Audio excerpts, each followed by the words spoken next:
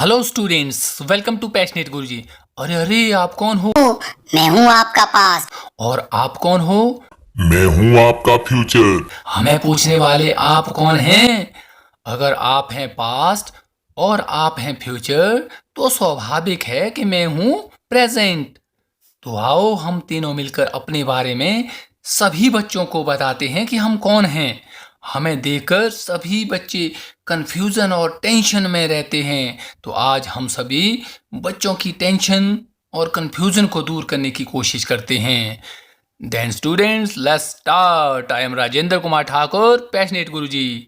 तो आइए शुरू करते हैं आज का वीडियो टेंस के साथ।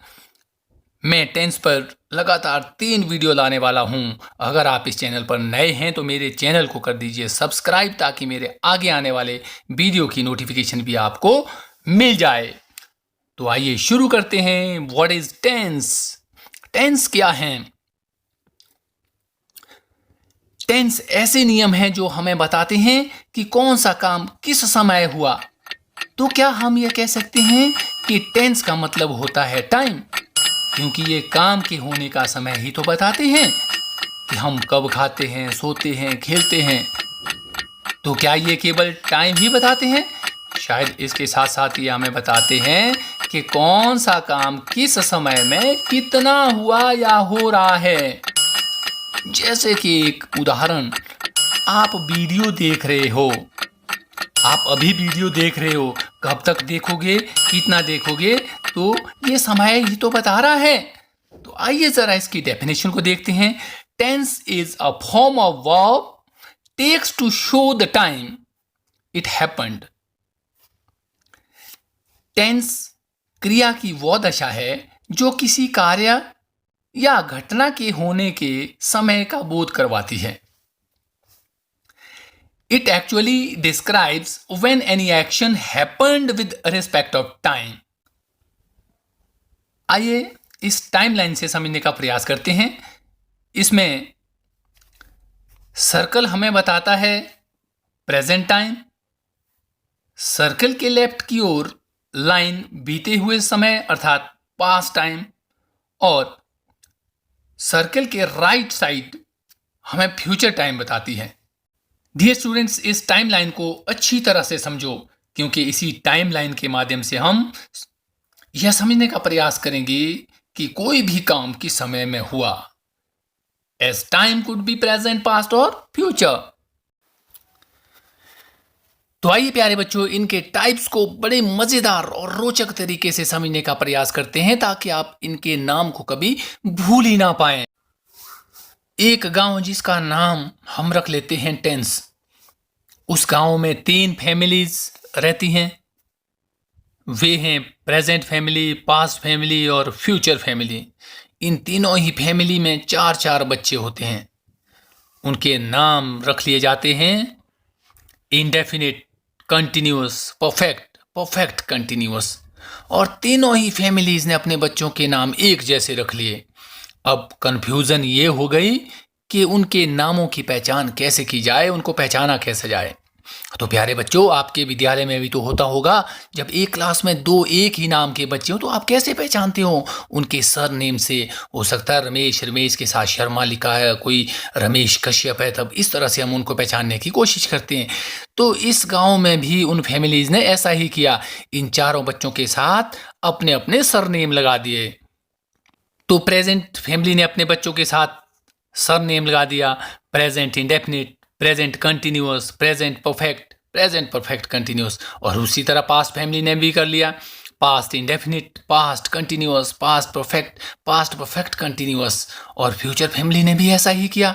अब तो किसी में कोई कंफ्यूजन की गुंजाइश ही नहीं रही। अब सभी बड़े इत्मीनान से उनको पहचानने लगे थे। तो बच्चों, है ना सिंपल इनको पहचानना। अब आपको करना क्या है?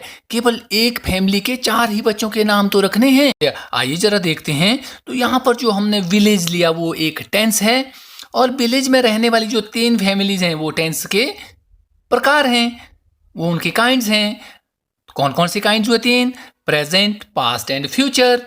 और उनके भी आगे जो बच्चे हुए वो उनके फर्दर काइंड्स हैं। वो कौन कौन से हुए? Indefinite, continuous, perfect, perfect continuous. तो हो गया ना बच्चों, आपको 4 ही नाम तो याद करने हैं। अब चारों के आप 3 फैमिली के 4 4 हैं, तो कुल कितने हो गए? 12 नाम हो गए। तो आइए बच्चों, हम जरा इनकी कंसेप्चुअल क्लैरिटी करते हैं। अरे हमें करना क्या है? 2 ही चीजों पर तो फोकस करना है, एक वर्क और दूसरा टाइम। टाइम आपको पता है कि कितनी तरह का होता है, एक प्रेजेंट टाइम, दूसरा पास्ट टाइम और तीसरा फ्यूचर टाइम। प्रेजेंट टाइम, जब आप अभी इस वीडियो को देख रहे हैं, ये आपका प्रेजेंट टाइम है। अरे पास्ट टाइम, पिछले कल आपने क्या किया, वो आपका पास्ट टाइम था। आगे अगले कल क्या होगा, एक और वीडियो देखेंगे, वो क्या होगा, आपका फ्यूचर टाइम होगा। तो इसी तरह जो वर्क है इंडेफिनिट, अरे प्रेजेंट में भी तो अलग अलग काम हो सकते हैं ना। कुछ ऐसा काम हो सकता है जो डेफिनिट ही नहीं है। प्रेजेंट में ही एक और काम होगा कंटिन्यूअस, जो लगातार जारी चला हुआ है। कोई ऐसा काम है प्रेजेंट में जो बिल्कुल परफेक्ट है। और चौथा है परफेक्ट कंटिन्यूअस। तो इसलिए प्रेजेंट में भी 4 तरह के काम हो गए, एक इंडेफिनिट हो गया, दूसरा कंटिन्यूअस हो गया, तीसरा परफेक्ट हो गया और चौथा परफेक्ट कंटिन्यूअस हो गया। तो इसके बाद हम पास्ट में भी इसी तरह के 4 तरह के काम होंगे, इंडेफिनिट होगा, कंटिन्यूअस होगा, परफेक्ट होगा, परफेक्ट कंटिन्यूअस होगा। और फ्यूचर में भी हम 4 तरह के ही काम करेंगे, एक इंडेफिनिट, कंटिन्यूअस, परफेक्ट और परफेक्ट कंटिन्यूअस। तो प्यारे बच्चों, है ना कितने मजेदार बात, जो चीज हम आज तक याद नहीं कर पाए और अब कभी भी हम, मुझे लगता है इन नामों को, इनके काइंड्स को कभी नहीं भूल पाओगे। क्योंकि प्यारे बच्चों, हम आगे आने वाले 2 वीडियो में इनके जो रूल्स हैं उनको बिल्कुल अच्छी तरह से क्लियर करने की कोशिश करेंगे, स्पष्ट करने की कोशिश करेंगे। बड़े ही सरल तरीके से हम उनको समझने का प्रयास करेंगे। तो प्यारे बच्चों, हम अगले 2 वीडियो में इसके रूल्स की, इसके नियम की बात करेंगे। उससे पहले हमें कुछ एक बातें जानना बहुत ज़रूरी है। Before start learning tense we should know, वो क्या क्या है। First one is 3 parts of a sentence. Sentence के जो 3 पार्ट्स हैं, एक वाक्य में जो अलग अलग भाग हैं उसके, वो क्या हैं। मैंने बात की थी अपने पार्ट्स ऑफ स्पीच के वीडियो में SVO की। अगर आपको याद नहीं है तो उस वीडियो को एक बार फिर से देख लीजिए। SVO जो सेंटेंस स्ट्रक्चर होता है, सब्जेक्ट, वर्ब और ऑब्जेक्ट इसी सीक्वेंस में आना चाहिए, ये आपको बिल्कुल पता होना चाहिए।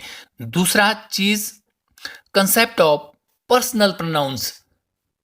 पर्सनल प्रोनाउंस की आपको बिल्कुल जानकारी होनी चाहिए, first person, second person, third person.